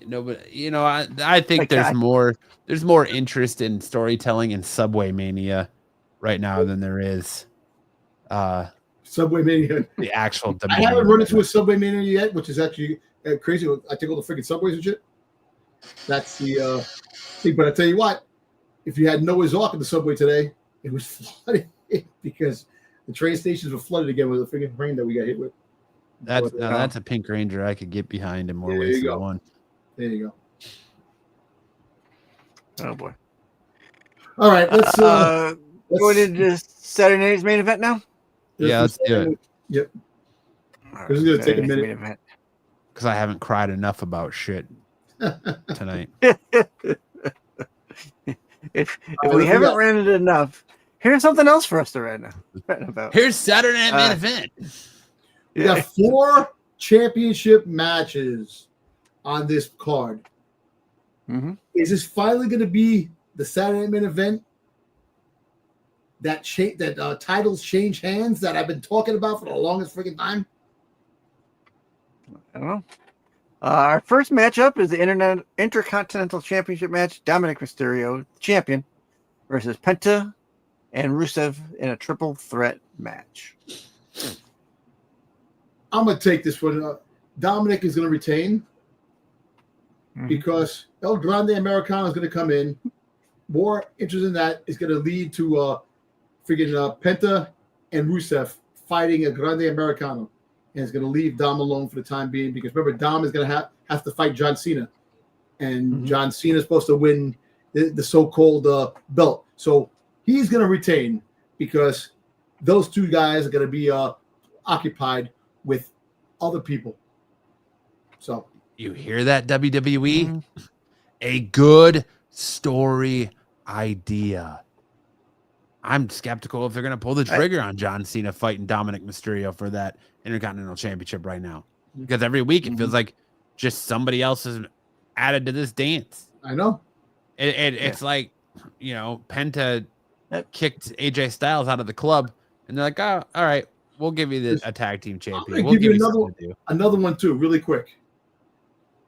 Rey Mysterio is coming back soon. What's a good way to have Rey Mysterio fight his son for the belt to win the Intercontinental Championship off his belt of his son again? No, my money on that one is for the AAA Mega Championship. I know. Yeah, exactly. Yes. All right. One of the championships. But the whole fact is that he's going to keep his Intercontinental Championship against John Cena. And supposedly all the dirt sheets, John Cena is going to win. And it's going to lead into the Gunter John Cena final match. Gee, who's been talking about that for months, huh? I know, right? Yeah. I agree with Tom. I think the El Grande Americanos are going to get involved in this match. We already kind of saw it on Raw. I think WWE's big money in this instance is keeping that belt on Dominic Mysterio at least until Survivor Series, putting him in a match with John Cena and having him lose that belt to John Cena. If you're going to do a Mysterio versus Mysterio match, I think you got to do it in the company where Ray cut his teeth and Ray became a legend in AAA. So if we're going to do Mysterio versus Mysterio, I want that as for the AAA Mega Championship. And that would be a big money ticket for AAA. Absolutely. Oh, yeah. So I'm going to go, with Dominic Mysterio retaining thanks to the El Grande Americanos, which, is going to either lead to a Rusev Penta match at Survivor Series or Rusev and Penta versus the El Grande Americano brothers. Yep. Have them tag team. And that's kind of where I'm starting to think maybe the Creeds are. What if the Creeds are actually the other two El Grande Americanos? What if two more El Grande Americanos come out in this match and it's the Creed? I almost called them the Queen brothers, the Creed brothers. Hey, anything's possible. Anything is possible. Yeah. And you should have an American. You should have El Grande Americano, a female version too. Come out. Ivy Nile. Yeah, where the fuck's Ivy Nile been? Exactly. That's what I'm trying to say. Ivy Nile. Exactly. Who knows? Yeah, okay. I'm going to try and one-up the both of you in this match. I'm going to try and one-up. Oh, Jesus. Guys, get ready. Sticks' internet's about to go out. Oh, there it goes. It's already started. Hold on to your hats. All right. Although I do have Mysterio retaining, I'm going to agree that El Grande Americano gets involved in the match. But here's where my one-upmanship is gonna happen. I can't think of the general manager's name right now. What's the general manager's name? Adam Pearce. Adam Pearce. I think Adam Pearce is so hell-bent on getting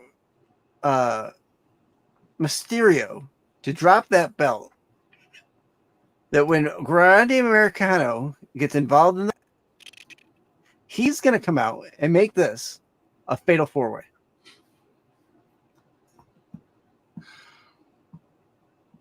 I thought you were going to say that Adam Pearce was going to come out and it was going to be revealed that he was an El Grande Americano, and I was so on board for that. I know, right? I was so on board for that. That's a good story right there.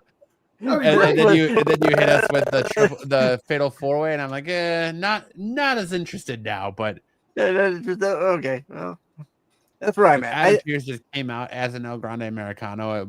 I would absolutely lose it. That would kind of tip the scale, wouldn't it? Yeah. I agree. I still see Dominic retaining. You know what? Hey, Sticks, you're onto something. Yeah. What's to say, all kidding aside, I'm still going with the way I'm going, but what's to say if the El Grande Americanos come out, attack Penta and Rusev, but also attack Dom, that they're forced to have the tag with each other against the three Americanos before Survivor Series? Well, I think we would see that match on Raw. Yeah, that's probably what I'm 3 of the next 4 weeks. Pre-Raw, yeah. That Dominic has to team up with them to fight El Grande Americano, because finally El Grande, they had enough and they just said, "Forget it, just beat them all up and just start that." So you would have Rusev and Penta tagging again. Yeah, and you'll have Dominic probably that, and then walk away with the belt. Say, "I'm not dealing with this." And that's when Pierce goes, "Listen, if you don't go back in that match, I'm stripping you of your title." I think he's so hell bent on it that Dom's just going to keep winning by any means necessary. And I know. Yeah. He's like, "All right, well, I'm going to send you into a buzzsaw against a 17-time champion." And they're going to compete that allure for John Cena to take out Dominic Mysterio. What about the Judgment Day come out and they beat up Dom? I could see that too. That could happen too. But you know what? I don't know. Like I'm saying, that eventually it has to happen. It has to happen eventually. But I don't know if Saturday main event. But Dom is handing, and I think that El Grande America is coming out, and that's what's going to happen, and it's going to force having to keep the title again and have them go off of Dom, and then that's when John Cena, stuff like that, comes out and have that and have him lose the belt to Cena. The other thing you could have is if you get the Americanos coming out, and then Judgment Day comes out, takes out the Americanos, and it forces Dom to have to go on his own in this match. I mean, I don't know why, but I almost get the feeling too that WWE is trying to keep Dom in the Judgment Day until Liv comes back. Yes, that's right. Yeah. And I am starting to get the feeling that Liv might actually end up being the one that kicks Dom out of the Judgment Day. Because of Roxanne. Well, and they wind up, I don't know, like I said, either that or because eventually Dom is going to turn good because they cheer for him. You heard how crazy it was when he came out, when he won the belt? Yeah. Everybody was here chanting his name. So you're right. I think it's going to be Liv. Liv is going to be the one that actually betrays him. Well, and that's why too they're saying that they don't have Braun Breaker and Bronson Reed in the world title picture right now because they're heels, but they're afraid that the crowd's going to cheer for them. Yes, and they don't want you cheering for the heel; they want you cheering for the baby face. Exactly. But the fact is, when you're both heels, how do you choose? You just choose. Right now, the chanting is. It's kind of funny how people are just doing that world right, and everybody's getting the upper management's getting pissed off. But that's wrestling for you. You can't stop people from chanting for who they want to chant for. Yeah. You shut off their damn mics, and you put artificial people cheering, which that's what they do sometimes. They put the artificial freaking cheering in there in the crowd. Look how long they've tried to push fucking Roman Reigns down your throat. Yeah. Before he finally got over. Oh yeah. Yeah. Don't forego your crowd just because your narrative isn't working. Sometimes the crowd is what creates the narrative. Don't they're cheering for they're cheering for your heel. Okay, they're cheering for your heel. Yeah. Hey, go with it. Make it part of your deal. Make it part of the deal, because I'd rather have them cheering than booing you and calling you guys out. Maybe take a couple notes from your crowd every once in a while, because they know what they want. You don't. Maybe you don't. All right. Up next, WG Women's Championship match: Tiffany Stratton versus Jade Cargill. I don't know why Jade Cargill looks like Sabretooth. She's got Sabretooth eyebrows there. Well, Yes, she does. She had to do some kind of surgery in her eye with the that big open wound. She got the scar, the artificial scar. Yeah. You want to go first on this one, Matt? I think this is where we actually get our first title drop. Yep. And I think they're going to finally pull the trigger, and they're going to put that title on Jade Cargill. Yep.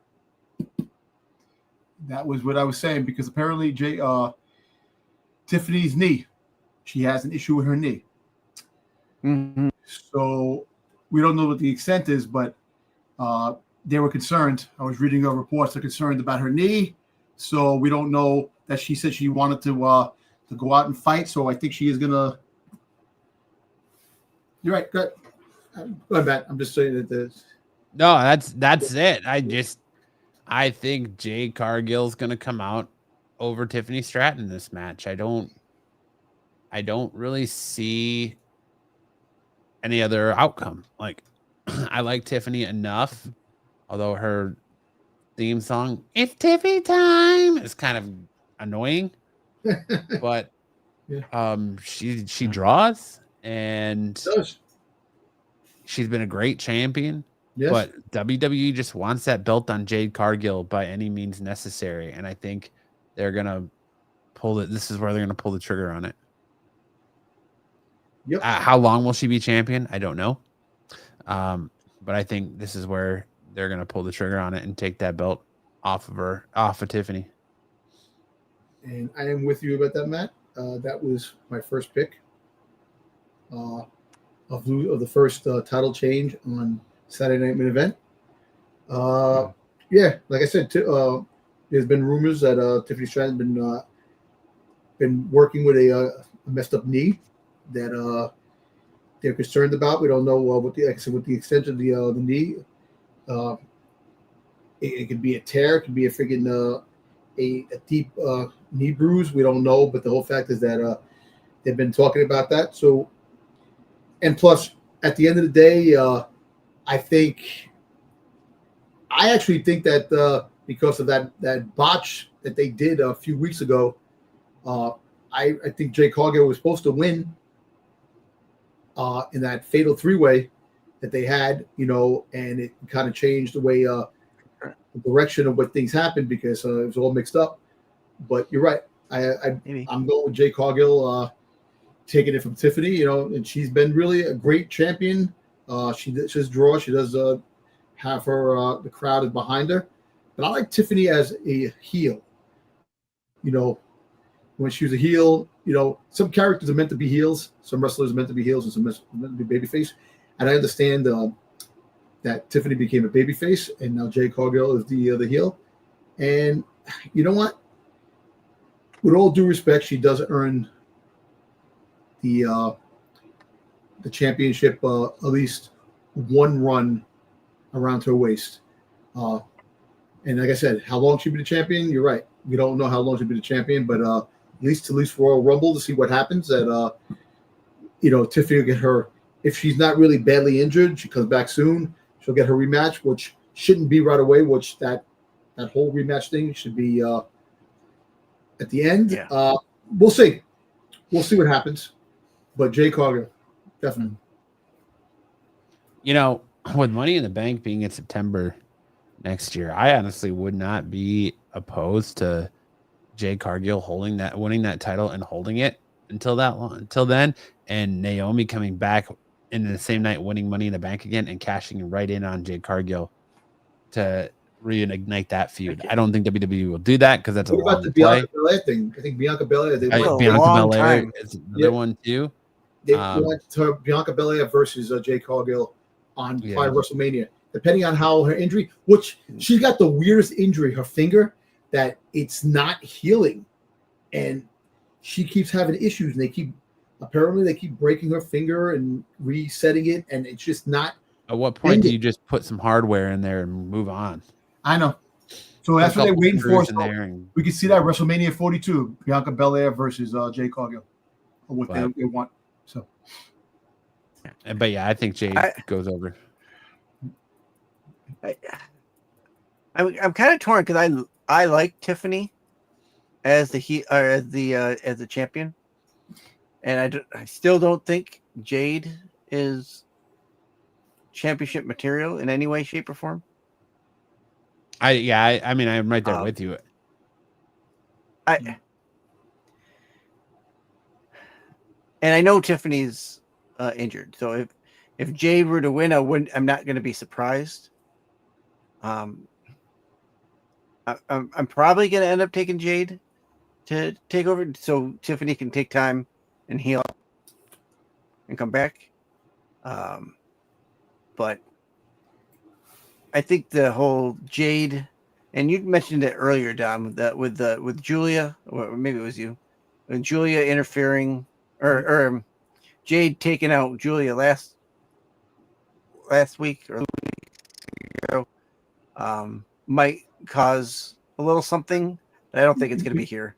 Well, actually, you don't know. I think they could cause Tiffany losing too. Could helping Jay win because could, I don't know. It all depends on what's what, but they might be involved. But you're right. That sounds like a good idea. But it just I don't know. Well, honestly, if you have Jade win and Tiffany leaves for an extended period of time to rehab this injury, your women's division on SmackDown is absolutely depleted. You've got Nia Jax and Julia. Like, who else? Who am I forgetting? Well, you have the tag team champions. Yeah, that's true. Charlotte Flair and Alexa Bliss. Yeah, you got them. But I would like to see Bliss get back in there. I can see Stephanie Vakir cross going over back and forth.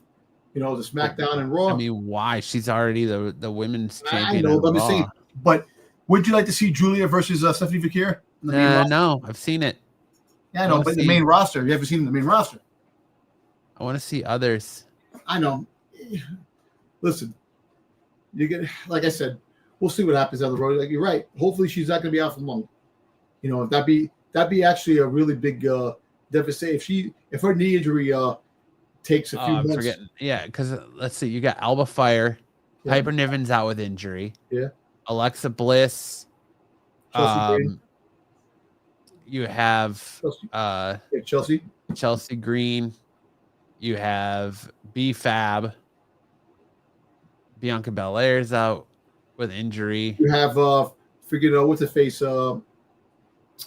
What's her name? She was fighting what the hell's that? You have Candice LeRae. You have actually Candice LeRae is now doing work behind the scenes. Yeah, I know. Producer, so I don't think she's gonna be wrestling that much. You have this guy Lee's wife. What's his name? Meechin. Yeah. Okay. So I mean, you have a very bare bones women's division. Yeah. And listen, Jay Cargill could probably take them all out, and that's the sad thing. She can. I mean, you have Kiana James too. Yeah, Kiana James. And Nia Jax. Well, I tell you what. How about you have Jordan Grace come up? Yeah, I think it's time. I think it's time. They were talking about it. I think it's time. Yeah. I think she needs to come up and take that belt off Julia because, goddamn. Yeah. Well, they finally NXT of all places came out and said that Piper is pretty much done. Yeah. With Chelsea looking for a new hire. Yeah. Well, or she's just going to be out for an extended period of time because I think she has the same Daniel Bryan issue that Kevin Owens has. Yeah. Actually, a couple with Daniel Bryan had too. And Daniel Bryan came back. A couple places have said that it might be career ending. Yeah, oh, yeah, I've seen that for sure. Yeah. So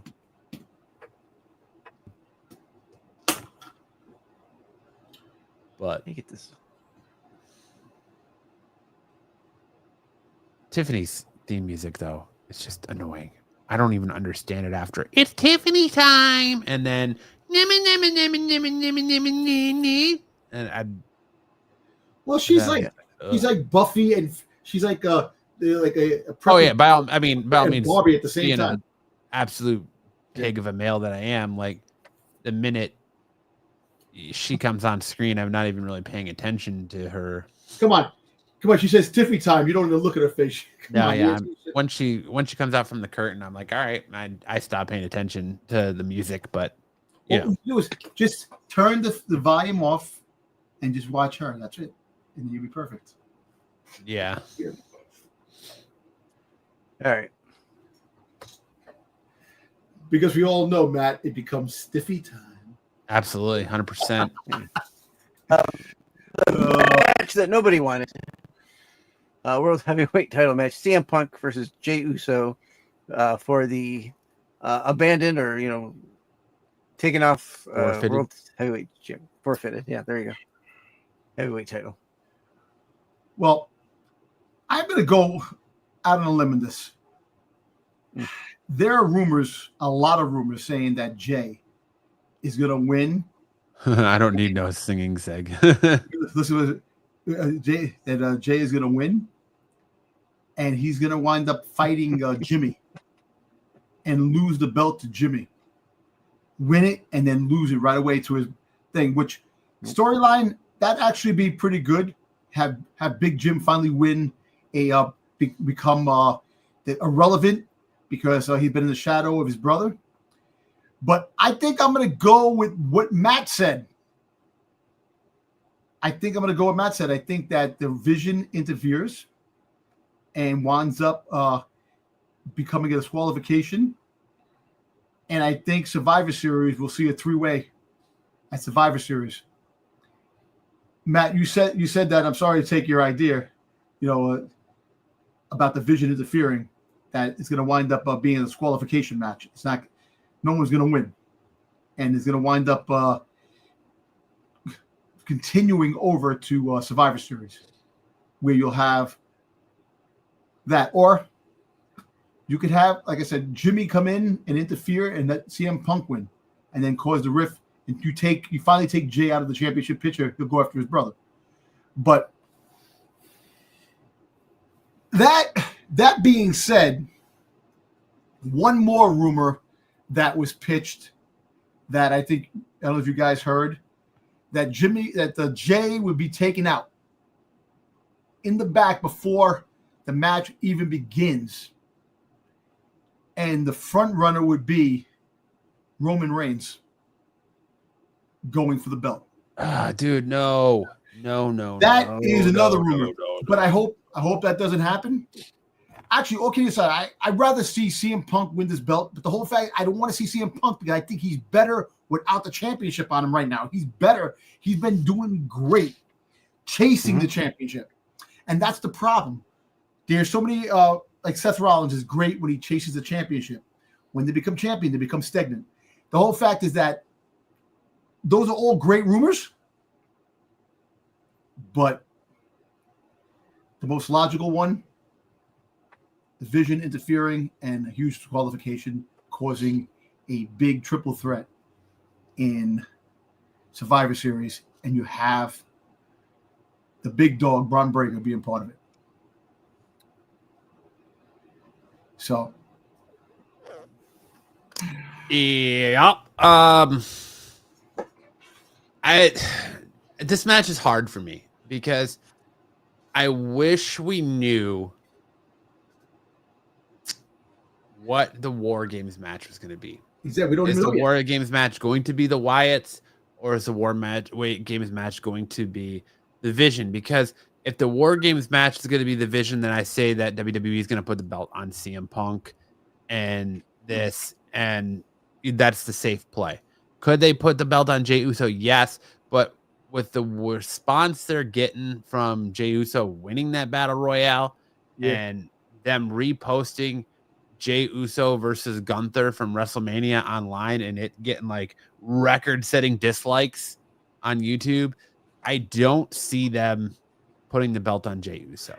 So I still lean towards no winner, disqualification, triple threat at Survivor Series, Braun Breaker, CM Punk, and Jey Uso with Braun Breaker winning the belt because they don't want to put the belt on Braun Breaker at a Saturday Night Main Event.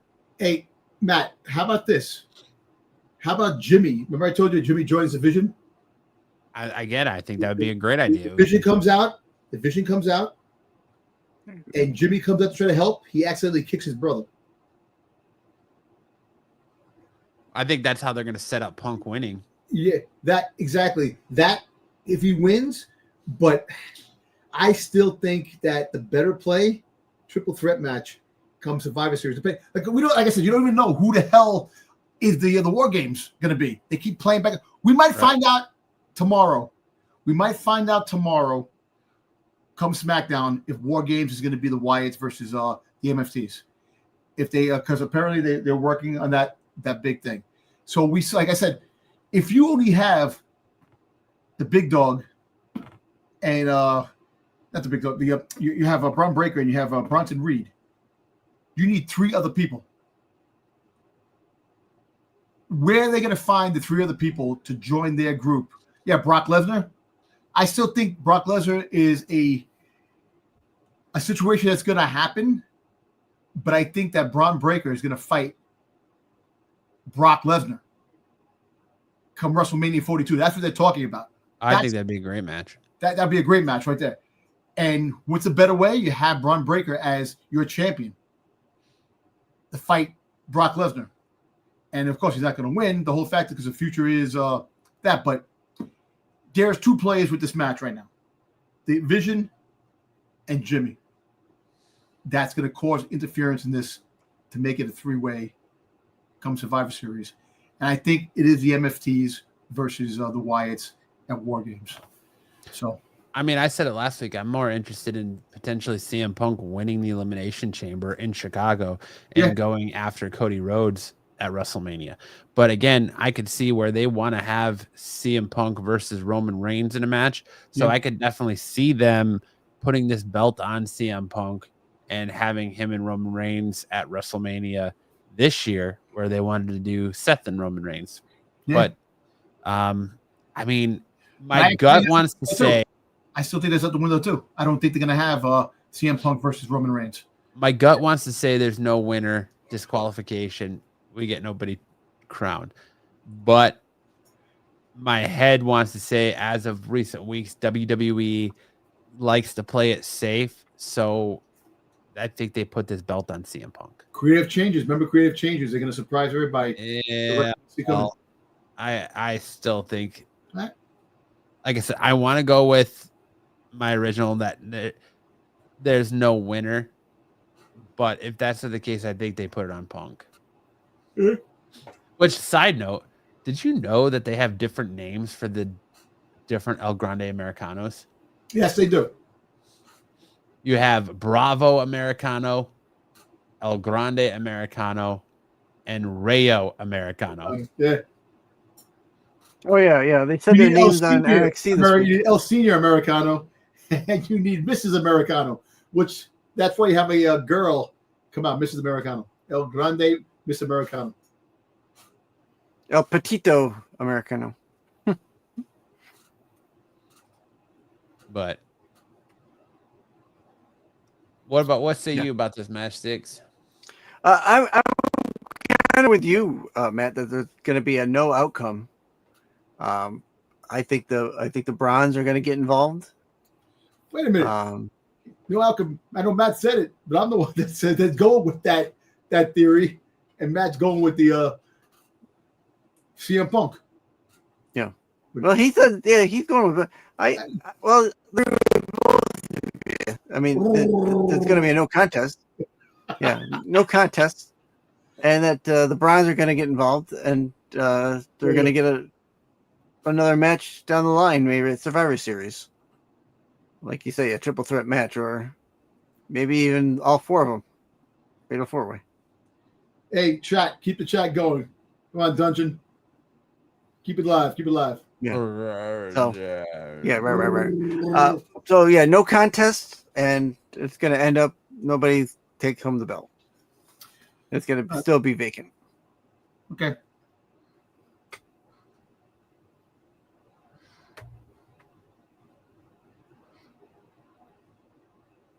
Dude, I'm looking at the NXT roster and I'm like, where are all these people? Sorry, go ahead. Undisputed WWE Championship match: Cody Rhodes versus Drew McIntyre. Cody Rhodes. Yeah, Cody. Agreed, Cody. You know what? I'm going to say Cody. But back in the beginning of the show, you were talking about Logan Paul coming out. Remember, he partnered with McIntyre. He could actually come out and try to help McIntyre, what leads to Randy coming out. Randy comes out and figured RKO's Logan Paul and McIntyre to make Cody win. And at the end, he RKO's Cody. And that makes the Cody Randy Orton match Survivor Series happen. I don't know. I personally don't like that because I don't want to see Cody just turn heel, or I'm sorry, Randy just turn heel for the sake of him turning heel. I want there to be storyline to it. So there has to be a reason. Well, in fact, he could lose the belt, but I'm not saying if he loses the belt. Look, you're not gonna. There is another title change in this thing.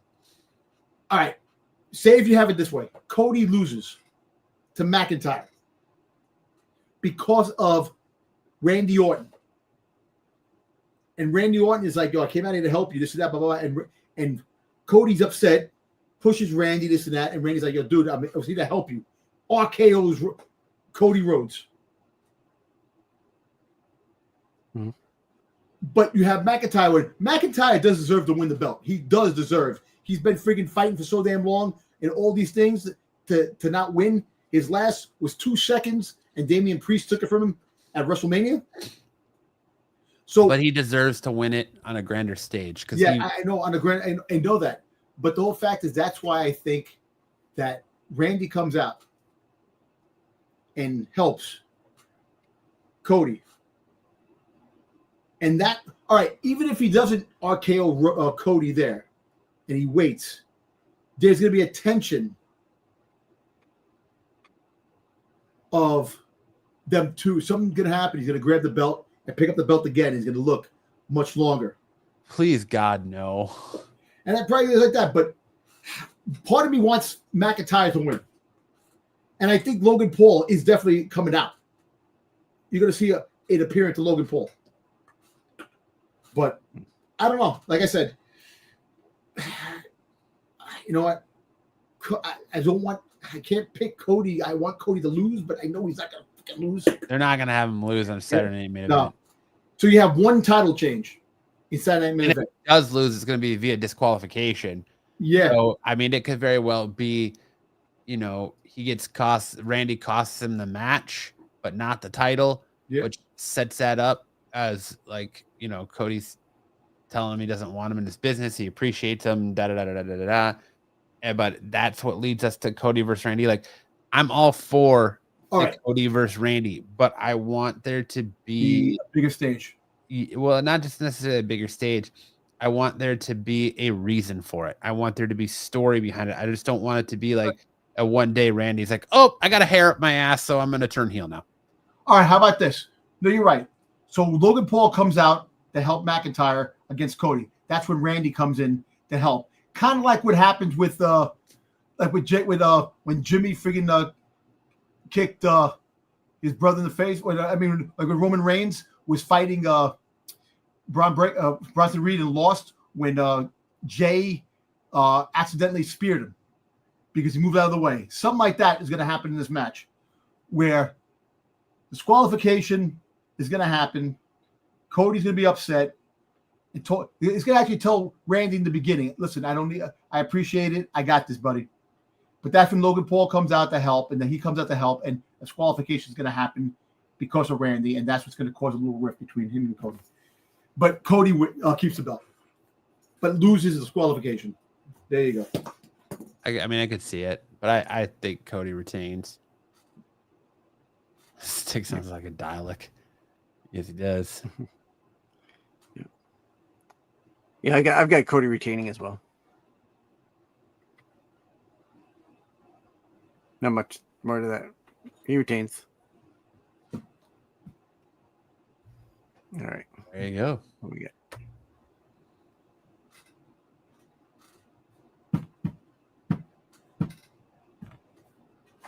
And that's it. And then, of course, next Thursday when we're here, we will show up the tally of how he did in calling this and crown another PLE champion. Or will Dom keep a streak on? I don't know. We'll have to see. We'll see what happens. Poor Lindsay Dorado. I didn't realize that he was bitched down to Evolve. Yeah. Was he? He's on the Revolve roster. Poor Thea Hale, who's also on the Revolve roster. I can't believe Evolve, and he's a champion. He's the WWE ID champion. Cappuccino Jones. That's ridiculous.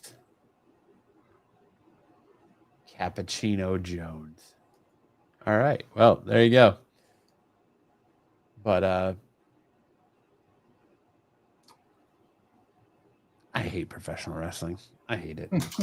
I hate it. I'm done. No, I don't hate it. I love it. I love it. Something fierce to the point where I just want it. I know. I understand. And we want it to be good. And you want to be excited. I understand. Excited, exactly. Exactly. But all right, anything else happened this week that you guys want to talk about? No, wrestling wise, no, nothing in wrestling wise. I think we said the rumor. There were some of the rumors. I think we said the news. There was really that much news to talk about. We'll see. Like I said, we'll see Saturday night what happens, and then we'll come back here next week and discuss another mantle for my other championship belt they're going to put up there. There you go. All right. I guess that'll do it for this week's episode of Off the Mat. Hope you guys enjoyed yourself. Thank you to Dungeon Crawler and Zaggy and everyone in the chat for hanging out tonight. Thank you, guys. Appreciate it. I hope you guys all have a great, safe Halloween tomorrow if you're celebrating. Enjoy SmackDown. Enjoy going out trick-or-treating or passing out candy or Halloween parties or whatever you're going to do. Are you boys doing a qualified tomorrow night? Yeah, we have. Yes, we are. We are. Yeah. Got a qualified tomorrow night, so you can catch Styx and Dom over on Renovision tomorrow night on the qualified if you didn't get enough fill of Styx's dialect internet and Dom's crazy rants. You can catch me and Styx Saturday night over on Saturday Night Special right here on Episode Geek and on Renovision as well as Styx's channel. Oh, listen, I'm sorry to cut you off. It was a surprise visit from Kyle last week on. It was a surprise. It was. No, he looks good. He looks like in high spirits. Yeah. Yeah, very nice, very nice. You look good. Yep. He did. Catch more from Dom Saturday nights or Sunday nights on the Star Wars show over on Renovision. You can catch more from Styx on his channel every Tuesday night for the Doctor Who Rewind. And then you can catch us right back here next Thursday, running it back as we give our thoughts on Fallout of Saturday Night Main Event and Raw, of course, from that week. But until next time, Dom, take us out with some words of wisdom. Sure. Listen, Halloween is tomorrow. Be safe. And remember, sometimes the trick is better than the treat. Nice. And Dungeon Crawler, the first episode of Welcome to Derry was really good. I'm excited for episode 2. And we'll see you guys all next Thursday night with a brand new episode of Off the Mat. In the ring, the lights go down. Roaring crowd, they scream and shout. Chants echo, shaking the ground. Warriors clash, the game is found.